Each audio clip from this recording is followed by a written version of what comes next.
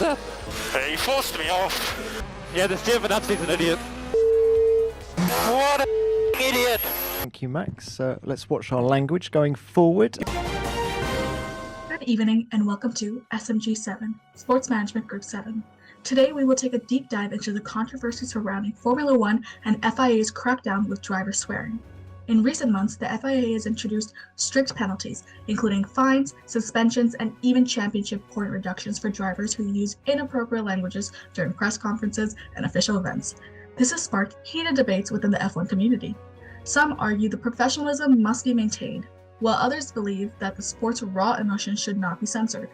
Due to the global nature of the sport, today's affairs will be conducted via Zoom. Let's dive straight into it. Thanks, Tris. As you mentioned, this has been a fight that some say has been brewing for more than a year and a half.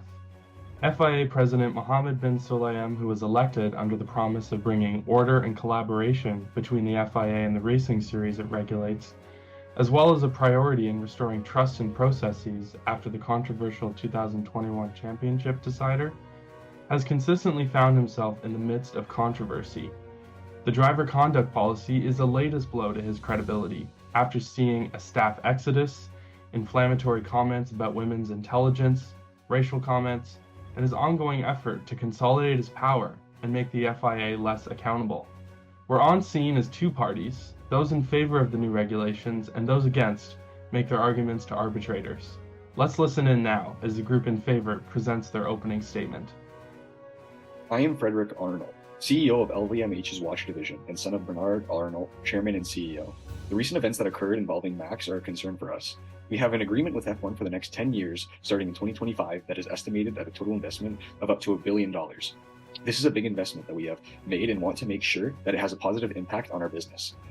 As a luxury goods brand, we ensure that we maintain a strong commitment to the importance of our brand integrity and ethical conduct. It is proven in the quote from our chairman and CEO reading, at LVMH, in our Masons, we have long distinguished ourselves by making strong commitments to and taking care to comply with the highest standards of ethics and integrity, social responsibility, and respect for the environment everywhere in the world. With F1 being one of our direct business partners, we expect them and their athletes to follow our code of conduct. LVMH operates internationally, and the language that is accepted across all cultures needs to be maintained in order to not damage the image of us nor our business partners. We have seen punishments in the past for foul behavior, including Wayne Rooney losing his Coca-Cola sponsorship in 2011, with foul language being a factor in the decision. In the end, our strong values surrounding ethical and social responsibility are expected to be followed by not only our internal employees, but business partners as well. And if there is no regulation surrounding foul language used by drivers, this will directly go against what we stand for as a company. Thank you for your time. Good evening, I'm Roxane Covey, FIA representative.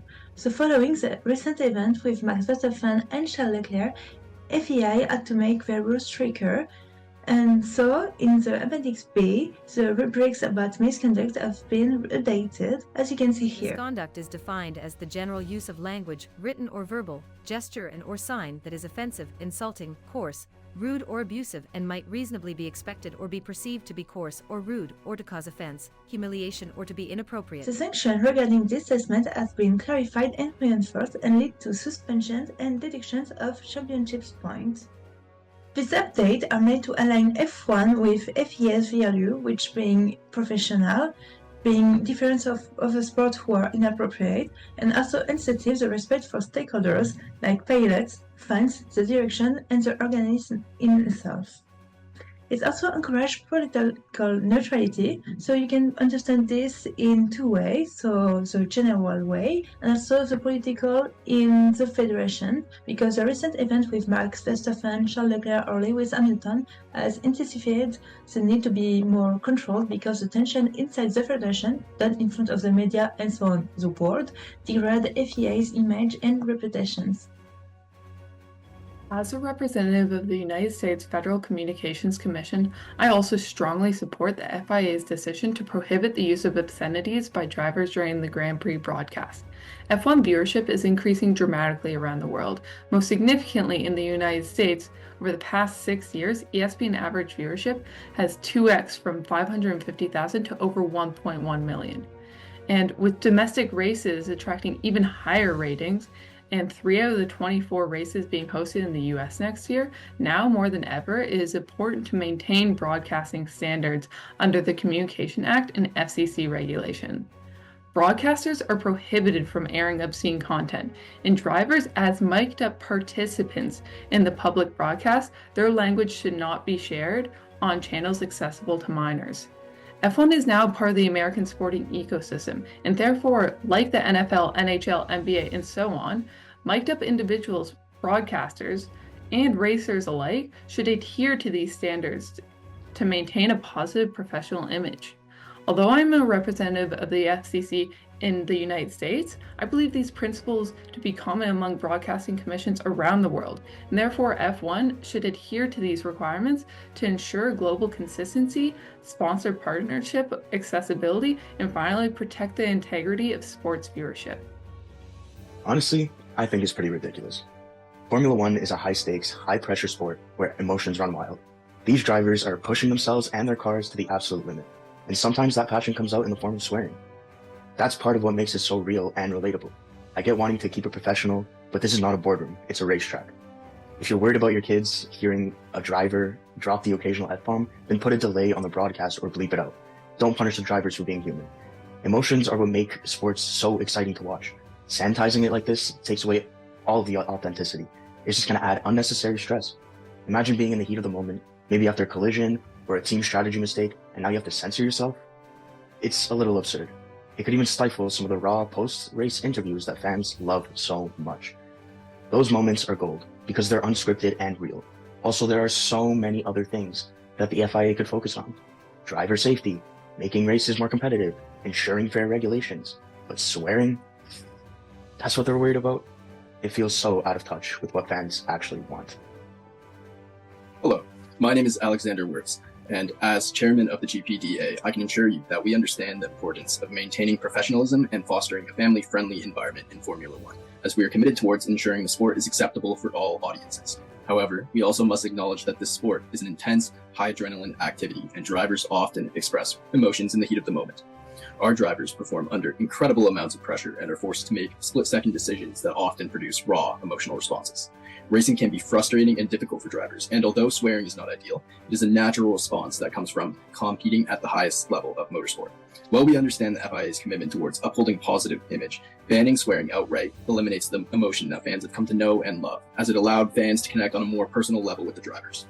As a driver for Mercedes F1, as well as an acting director of the GPDA, George Russell has been able to express the growing animosity that is shared amongst drivers regarding the whole situation, claiming drivers are fed up and fear only things will get worse. Additionally, the lack of transparency regarding the utilization of the monetary fines, as well as the FIA's inability to treat our members respectfully, have further complicated our relationship. We recognize the need for peaceful and respectful communication during public interviews or addresses. However, instead of imposing strict bans, more effort should be put towards understanding the context and intent of infractions and differentiating between blatant disrespect and in-the-moment reactions. As a team principal in Formula One, I believe the proposed swearing bans are an unrealistic and unnecessary burden on drivers who are already under immense pressure. When you're driving at speeds exceeding 200 miles per hour, emotions run high, and expecting drivers to constantly filter their language is simply impractical. In the heat of the moment, raw reactions are inevitable, and penalizing drivers for expressing their emotions only adds another layer of stress to an already intense environment, where one wrong move is life or death. Instead of focusing on punishing language, the FIA should consider more practical solutions, such as implementing a delay in live broadcasts to manage any potentially offensive language. Other sports have already successfully adopted these broadcasting delays, and Formula One should take a similar approach. As Christian Horner has suggested, a slight delay would allow for better control of what goes out to the public without restricting drivers' expressions. At the end of the day, we should be focusing on the bigger picture here, and especially as a team principal, I want to be focusing on the bigger picture here, which is enhancing safety, improving racing, and ensuring fair competition, not micromanaging what drivers say in the heat of the battle. A practical, balanced approach that respects both the integrity of the sport and the need for responsible broadcasting is the way forward. I want my drivers to focus on their safety and winning races rather than worrying about any potentially offensive language. As you can hear, this is an intense and ongoing debate, a fight whose end doesn't appear to be in sight at this time. I spoke to some of the party's representatives as they were leaving, and all sides have stated that they have no intention of backing down, and that they are determined to ensure that the outcome ends in their favor. With the FIA seemingly using backdoor tactics to have their wishes solidified into rule, it's going to be an uphill battle for the drivers, teams, and fans to ensure that their voices are heard. It's easy to feel like time has shifted backward and that we're back into the late 90s and early 2000s with how at odds F1 and the FIA have been.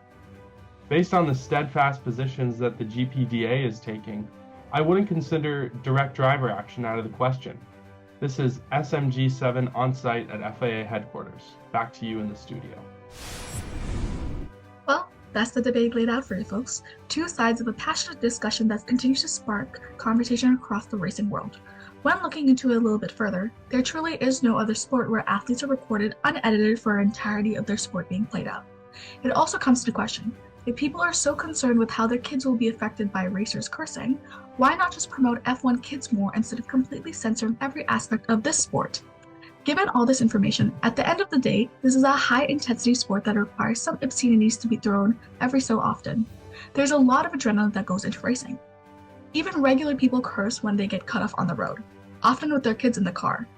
Swearing is a part of the sport and should ultimately be up to the racers themselves to decide if they want to use it or not. Stay tuned for all further development on SMG7.